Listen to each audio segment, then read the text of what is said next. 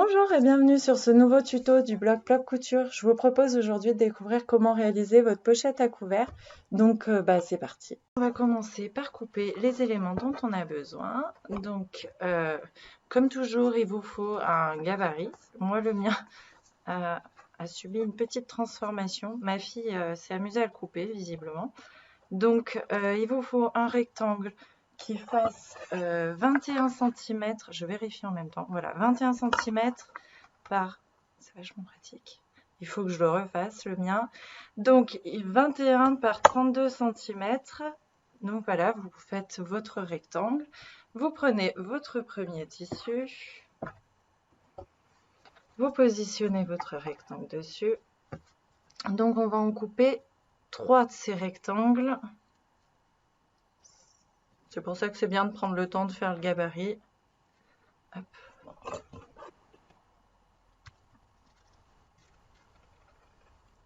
Donc là, j'ai choisi un tissu qui est un petit peu plus souple. Après, ça va être un tout petit peu plus compliqué à coudre, mais bon, c'est pas impossible non plus. Et là, on va avoir un autre tissu, deux autres rectangles qui vont apporter de la rigidité au rendu final. Donc ça passe. Par contre, effectivement, pour faire une pochette à couvert, il vaut mieux quand même avoir des tissus qui ont un petit peu de tenue, ou alors compenser comme je suis en train de le faire avec un qui en a.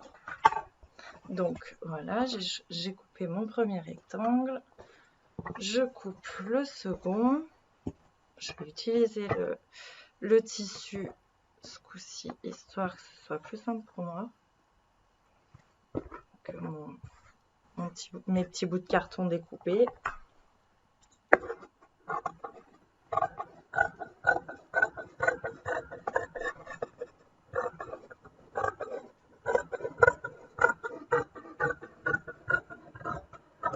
Voilà, et on coupe encore une troisième fois le même rectangle.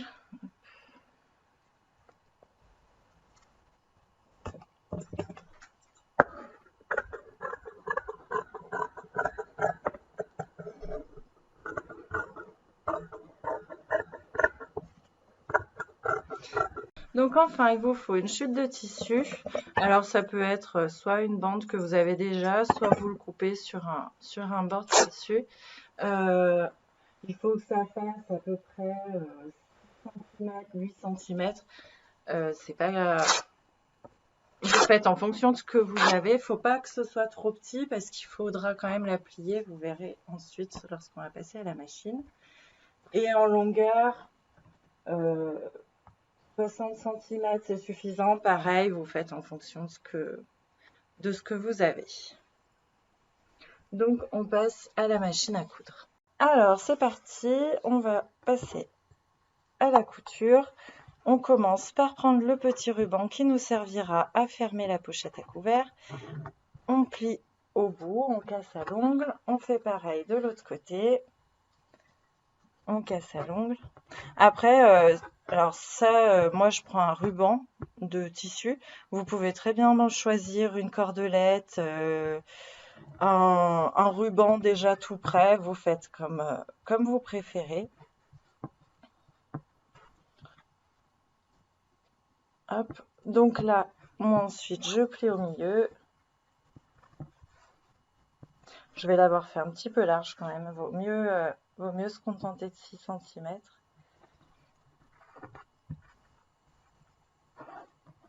Voilà. Ensuite, je plie à nouveau. Donc, en fait, j'ai plié une première fois au milieu. Ça m'a permis de marquer mon milieu. Et là, je plie jusqu'au milieu. Donc, d'abord le bas. Et ensuite, je ferai pareil en haut. Ça permet de faire comme une sorte de biais, sauf qu'on ne l'a pas coupé dans le biais.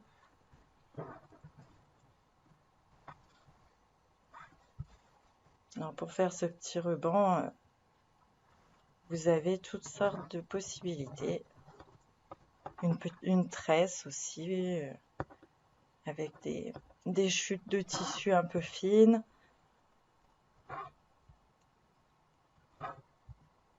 Utilisez ce que vous avez. Moi, c'est vrai que j'ai des chutes de tissu.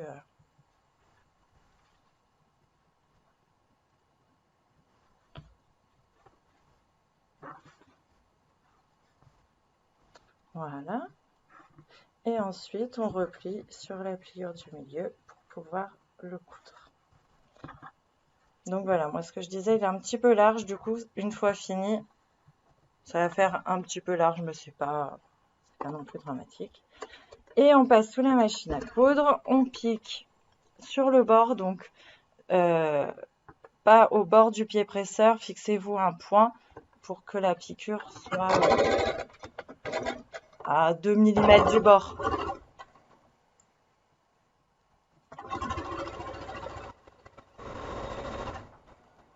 Vous positionnez au fur et à mesure, vous repositionnez au fur et à mesure votre tissu. Là, vous avez marqué les plis.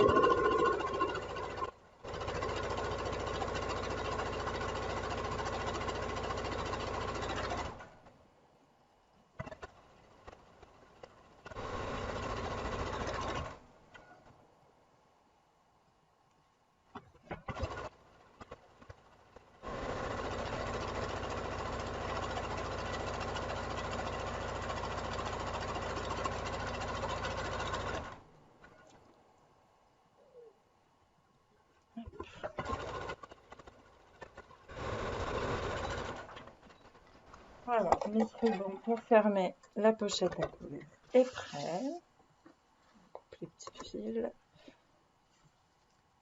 Hop. On prend aussi les deux rectangles qui vont servir à l'intérieur. Alors, il y a le premier qui va nous servir à venir placer les couverts et le deuxième qui nous sert à maintenir la poche. Donc le premier, on le plie en deux, envers contre envers, hop, et on le place sur celui qui sera mis à plat derrière, comme ceci. Vous prenez une règle, des épingles, si je retrouve les miennes, oui. Vous placez votre règle donc au bout de votre tissu, comme ceci. Et donc là, vous regardez à 3,5, vous mettez une première épingle. Ça vous fera l'emplacement pour le couteau, par exemple, ou la fourchette. Donc 3,5 ou 4. Moi, je fais 3,5. Hop, 4, 1, 2, 3. Donc 3,5. Hop, je place ma deuxième épingle à 7 cm. Puis à 10,5. Puis à 14. Si vous voulez des espaces plus grands, du coup, et que vous voulez pas avoir couteau, fourchette, petite cuillère, grosse cuillère, ou ça peut faire le quatrième emplacement aussi peut servir pour une paille. Et le dernier emplacement sert pour glisser une petite serviette. Et ensuite, vous piquez. Donc, soit vous arrivez à piquer droit avec vos repères, soit sinon, mettez-vous plusieurs marques sur toute la longueur pour pouvoir piquer droit. Sinon, n'hésitez pas à vous servir de vos motifs. Donc, on fait un point d'arrêt en haut.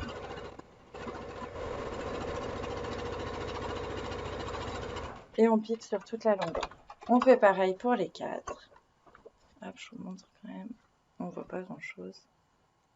Donc ma piqûre est ici sur toute la longueur.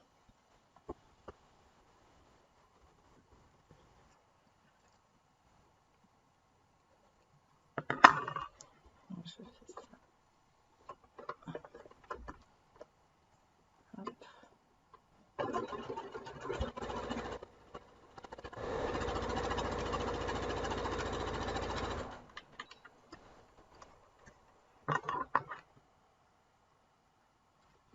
Et vous voyez ici que ça vous crée un emplacement pour glisser un couvert. Hop.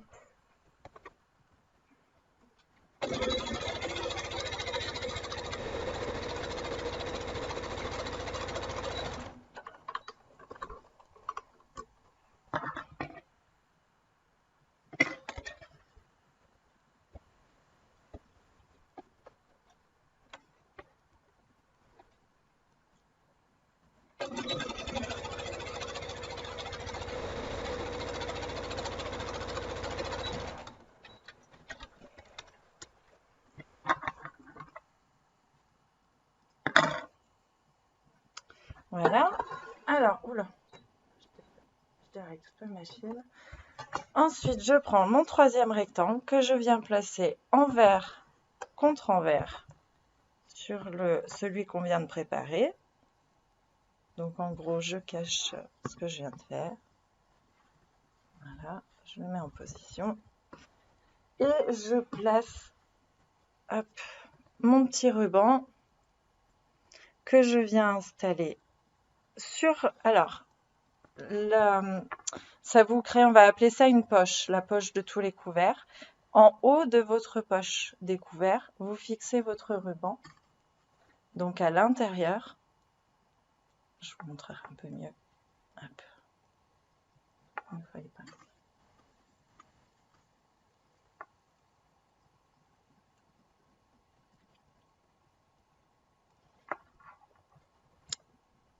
Bon, ok. Alors, donc là, j'ai mon rectangle du dessus que je mets à l'envers. Là, j'ai ma bride de fermeture. Là, j'ai la poche qui démarre ici. Et là, j'ai ce qui me sert de support-poche. Et je les mets tous en sandwich, comme ceci. Et je vais piquer l'ensemble. N'hésitez pas à mettre des épingles pour pas que ça bouge si vous préférez. Donc, pour le piquer, vous faites sortir le petit ruban par le bas. Comme ça, vous êtes sûr de ne pas le coudre avec. Et on prend donc le bas de votre future pochette à couvert. Donc pour savoir où est le bas, c'est au niveau de la poche, en bas de la poche.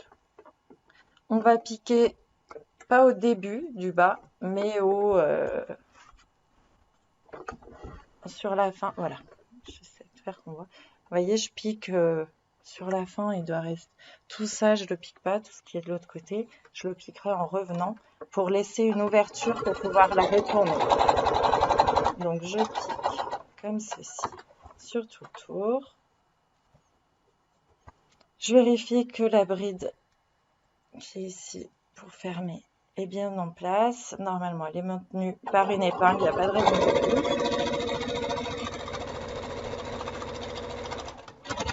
J'aide un petit peu au niveau du passage de la pâte de fermeture.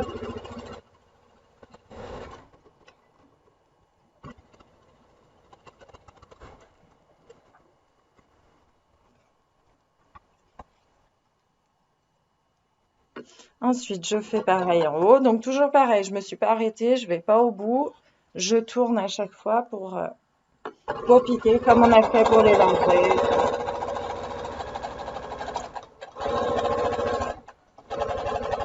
Comme on bouge, c'est pas très pratique. Donc, je remis le fil, c'est reparti. Je repique du côté.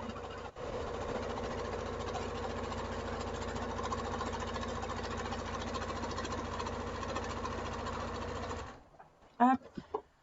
Donc j'arrive à nouveau sur le bas de ma pochette à couvert que donc j'avais piqué juste d'ici à ici. Donc maintenant je vais piquer juste le début, je vais m'arrêter ici pour avoir en fait tout ça qui est ouvert pour pouvoir la retourner facilement. Voilà. Hop. Donc je vous montre quand même la partie en haut. Voilà. Donc là j'ai cousu, là je laisse ouvert, là j'ai cousu. Enfin en haut, non, c'est le bas de la pochette à couvert. Là où il y a la partie poche. Hop, je coupe les angles, comme à chaque fois pour retourner. Donc, toujours, ma couture, je pique à 1 ou 2 mm au-dessus. Hop, je retourne.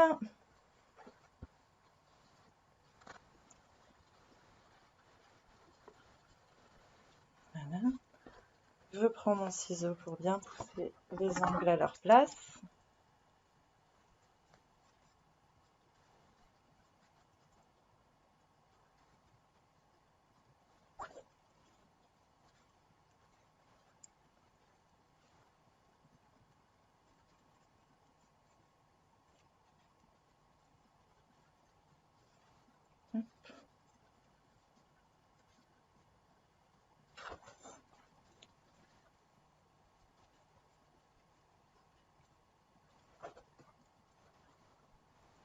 Je pense à enlever l'épingle qui tenait mon ruban pour fermer. Hop. Évite de se piquer.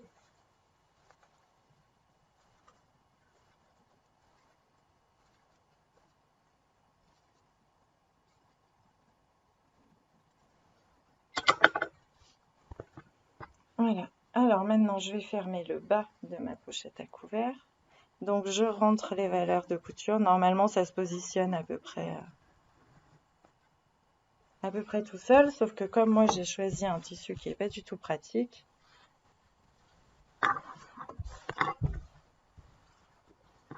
et ben il faut que je le fasse, hop, il faut que je le pousse un petit peu.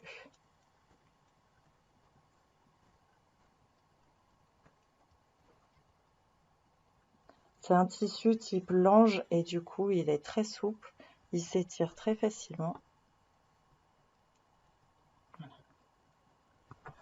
Et ensuite, donc je pique tout le bas de ma pochette à couvert pour maintenir en position et fermer la petite ouverture.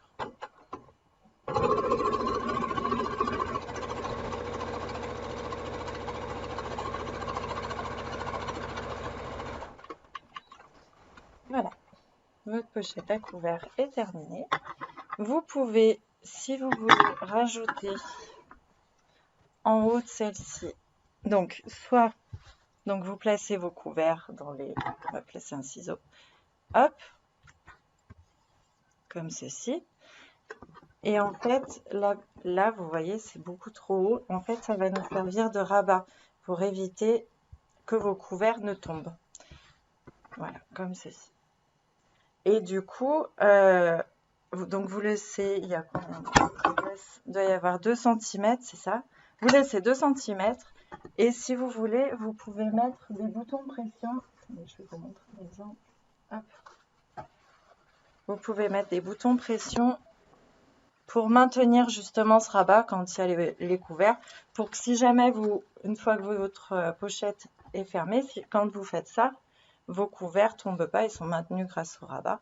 Si vous voulez rien mettre ou que vous n'avez pas de machine pour installer les boutons de pression, il vous suffit de casser un petit peu votre rabat au fer, ou même vous faites on va dire 5 points de chaque côté, ça vous maintiendra un petit peu votre rabat en place. Et après, vous avez qu'à le fermer en le laissant plier et ça vous tiendra aussi. Vous voyez là, mon ciseau a glissé et il n'est pas tombé pour autant, il est maintenu par le rabat. Voilà. Donc voilà, après vous pouvez vous faire une petite serviette pour glisser dans cette poche. Et pour la fermer, il vous reste qu'à la plier en 3. Et ensuite, mettre votre ruban autour. Et moi, le mien, il était un peu trop long et un peu trop large. Donc voilà. Mais vos couverts seront bien protégés et vous les aurez toujours avec vous. Voilà, c'est fini pour le tuto de la pochette à couvert. N'hésitez pas à me laisser vos commentaires. C'était un petit peu plus délicat à expliquer, donc n'hésitez pas s'il y a quelque chose qui n'est pas clair. Et puis, je vous souhaite une bonne couture et puis à la semaine prochaine.